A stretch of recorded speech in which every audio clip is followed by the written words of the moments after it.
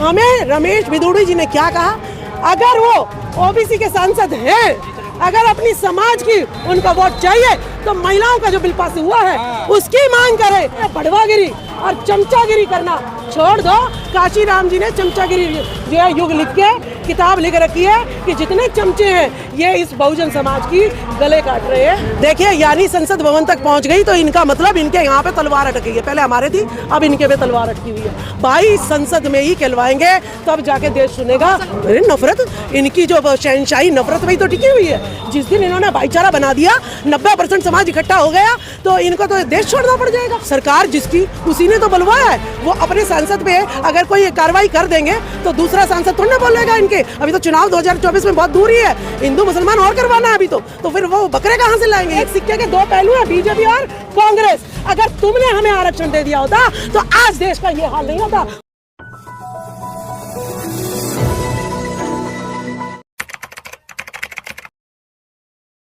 देखिए, ये षड्यंत्र है। आप देखिए, सावित्रीबाई फुले जी ने प्रथम जो स्कूल बनाया उसको खंडर बना दिया, उसके सामने गणेश जी का जो है मंदिर बना दिया, वो भी सोने का मंदिर बना दिया। अब आप जा रहे हैं अनजान, आपको इतिहास पता नहीं है, आप कहोगे ओहो बहुत सुंदर है, खंडर की तरफ तो कोई देखेगा ही नहीं। चाहे उस खंडर ने इस देश का निर्माण किया है, लेकिन वो खंडर मुझे पसंद नहीं है। तो यानी ये सरकारें स्कूलों को तो जो है गौशाला से भी बदतर बनाना चाहती है और मंदिर को जो है सोने का बनाना चाहती है, ताकि सब जो है घंटियां बजाएं और ये यूं ही भिखारियों की तरह मांगते रह जाएं।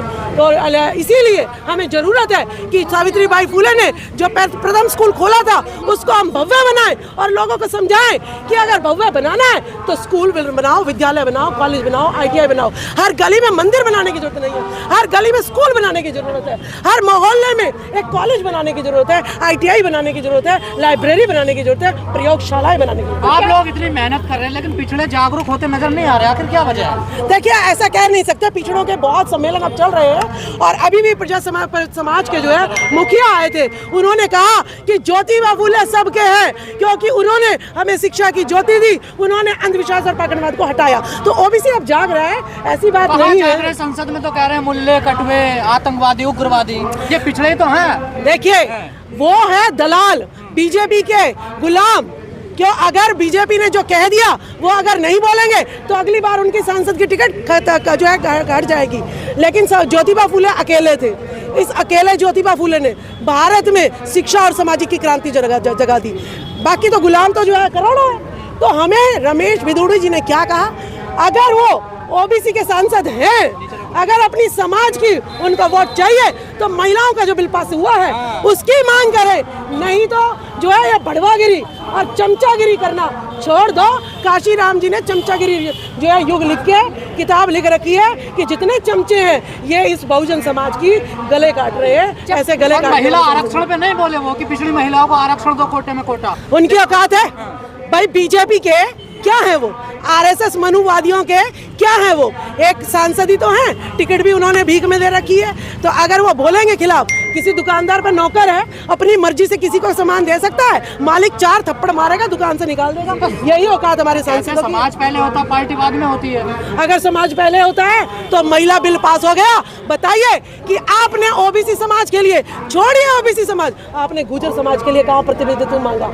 लेकिन राजधानी जिस तरह से 50% भागीदारी है और हिस्सेदारी है महिलाओं की, लेकिन 33% आरक्षण कहीं ना इंसाफी तो नहीं। देखिए, ब्राह्मण व्यवस्था में कहा ही गया है कि महिलाएं पाप की योनि है, सबसे नीच है। ये तो समझिए कि प्रतिनिधित्व ये हमें 33 के भी जो है ना दे रहे हैं, वो भी किसको दे रहे हैं? उसमें जो है SC ST OBC का तो कोई प्रतिनिधित्व है नहीं। ये भी अपनी स्वर्णवादी मनुवादी विश्व कन्याओं के लिए आरक्षण इन्होंने दिया है। अभी उनके लिए ही सोचा है कि ये विश्व कन्याएं हमारे काम आएंगी, क्योंकि OBC SC ST के सांसद बन के आएंगे, विधायक बन के आएंगे, उनको लुभाने के लिए कुछ तो विश्व कन्याएं इनको चाहिए। एक तरफ तो आगे से आरक्षण की बात करते हैं, लेकिन दूसरी तरफ पीछे से आरक्षण छीन लेते, तो ये दोहरा मापदंड कैसा है? भाई आरक्षण दिया है, अब आरक्षण दिया 10% EWS सुदामा कोटा अपने लोगों को, तो आरक्षण की बात करेंगे तो अपने लोगों को देंगे और तुम्हारा काटेंगे।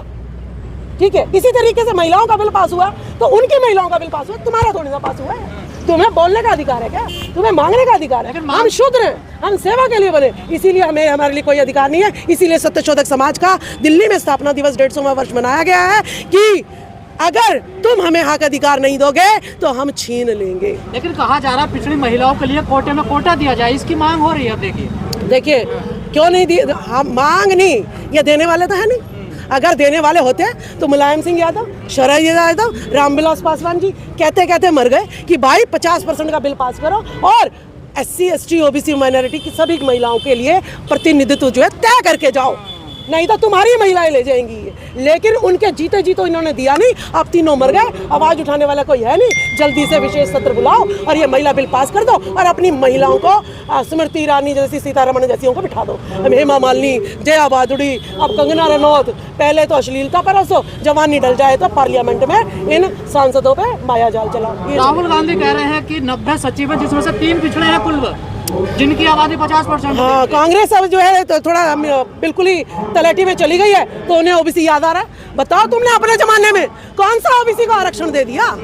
ठीक है, तुम भी जो है एक सिक्के के दो पहलू हैं, बीजेपी और कांग्रेस। अगर तुमने हमें आरक्षण दे दिया होता तो आज देश का ये हाल नहीं होता और आज तुम्हारी पार्टी का ये हाल नहीं होता कि जो जूता के साथ फिर रहे।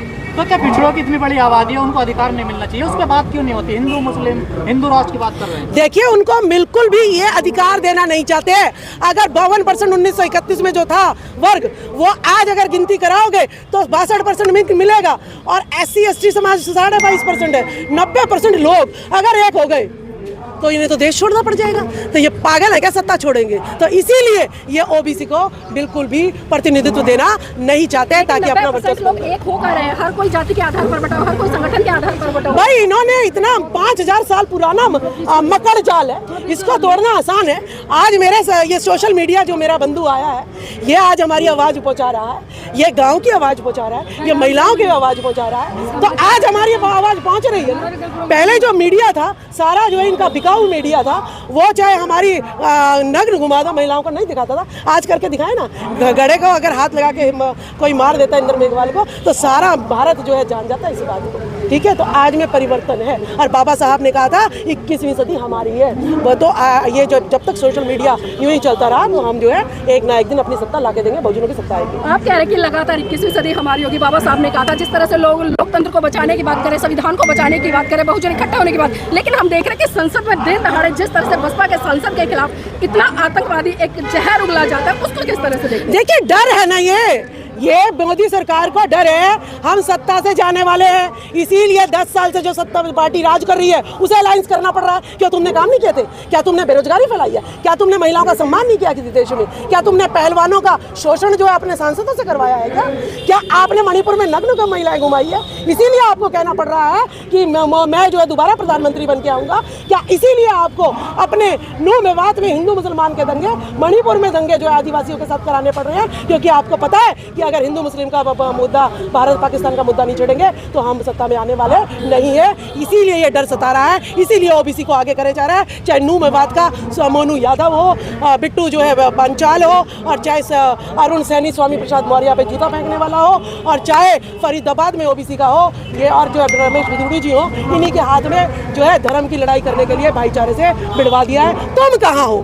तुम अगर सच्चे में, लेकिन ये नफरत अभी तक गाँव में, शहर में, ट्रेन में, स्कूल में देखने को मिलती थी, अब तो संसद भवन तक पहुंच गई है।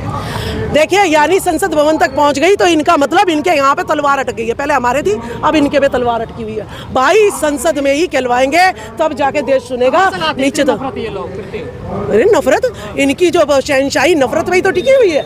जिस दिन इन्होंने भाईचारा बना दिया, 90% समाज इकट्ठा हो गया तो इनको तो देश छोड़ना पड़ जाएगा। जैसे इनके पूंजीवादी लोग लाखों लाखों करोड़ों रुपया लेके भाग गई है तो ऐसे इनको भी भागना पड़ जाएगा। संसद में कोई कार्रवाई नहीं हुई अभी तक। देखिए तो भाई जब बुलवाया सरकार जिसकी, उसी ने तो बुलवाया है। वो अपने सांसद पे अगर कोई कार्रवाई कर देंगे तो दूसरा सांसद थोड़ा ना बोलेगा इनके। अभी तो चुनाव 2024 में बहुत दूर ही है, हिंदू मुसलमान और करवाना है अभी तो फिर वो बकरे कहाँ से लाएंगे, ये गुलाम कहाँ से लाएंगे? तो क्या लगता है 2024 का जो चुनाव मुद्दों पर सांप्रदायिकता पर होने वाले इस बार? हमें तो ऊंची जाति के लिए 2024 2024 के चुनाव है वो मुद्दों पर नहीं सांप्रदायिकता पर होने वाले हैं। देखिए, शुरू में भी धर्म के नाम पे था और अब भी धर्म के नाम पर ही है। तो ये जो है कोई मुद्दे नहीं है, इन्हें मुद्दे लूटना था जितना देश को, वो लूट रहे हैं सारी पार्टियां, मनुवादी पार्टियां। तो हमें जो है सिर्फ और सिर्फ भाईचारा बनाना है, अपनी एकता बनानी है, सर्व समाज को इकट्ठा होना है। 90% वोट हमारे हैं, तो यानी हमारा ही प्रधानमंत्री, सत्ता शासन हमारा ही होना चाहिए। हिंदू राष्ट्र में भारती ने कहा कि हमें ओबीसी में आरक्षण चाहिए, सिर्फ बीजेपी के एक सांसद ने बोला, जनरल मंत्री। ये बगावत होगी अगर महिलाओं को, पिछड़ी महिलाओं को आरक्षण नहीं दिया कोटे में। अब उमा भारती जी, अब आप बोल रही हैं, पहले कहाँ थी आप? ठीक है, तो वही बात है, हिंदू राष्ट्र में हम जो है सबसे नीचे पायदान पे शूद्र। मुझे तो नहीं चाहिए हिंदू राष्ट्र, मुझे तो संविधान चाहिए। मैं सबके बराबर हूँ, अगर मैं पढ़ गई हूँ तो मैं अगर कमा रही हूँ तो मैं सबके बराबर हूँ, मुझे ना चाहिए हिंदू राष्ट्र। सोशल से मिटा दिया है संविधान से। देखिए, संविधान क्या, इन्होंने तो गौतम बुद्ध को भी देश से भगा दिया था, लेकिन क्या भाग गए क्या? कण कण में बुद्ध है, कण कण में संविधान है, ठीक है, कण कण में सम्राट अशोक और चंद्रगुप्त महान है। किस किस को निकाल लोगे? खुदेंगे, जितना खोदोगे वही निकाल, तो कुछ नहीं। लेकिन अवशेष निकलने के बावजूद भी ये लोग हिंदू मंदिर बना देते हैं। ऐसा है, बनाने तो सारे मंदिरों को स्कूल बना देंगे, क्यों चिंता करते हैं? इन्हें मजदूरी करने दो ना, कुछ तो काम करके जाएंगे और सेवा के लिए इनको बिठाएंगे नौकर, हम इनसे पैर दबाएंगे और अपना काम करवाएंगे।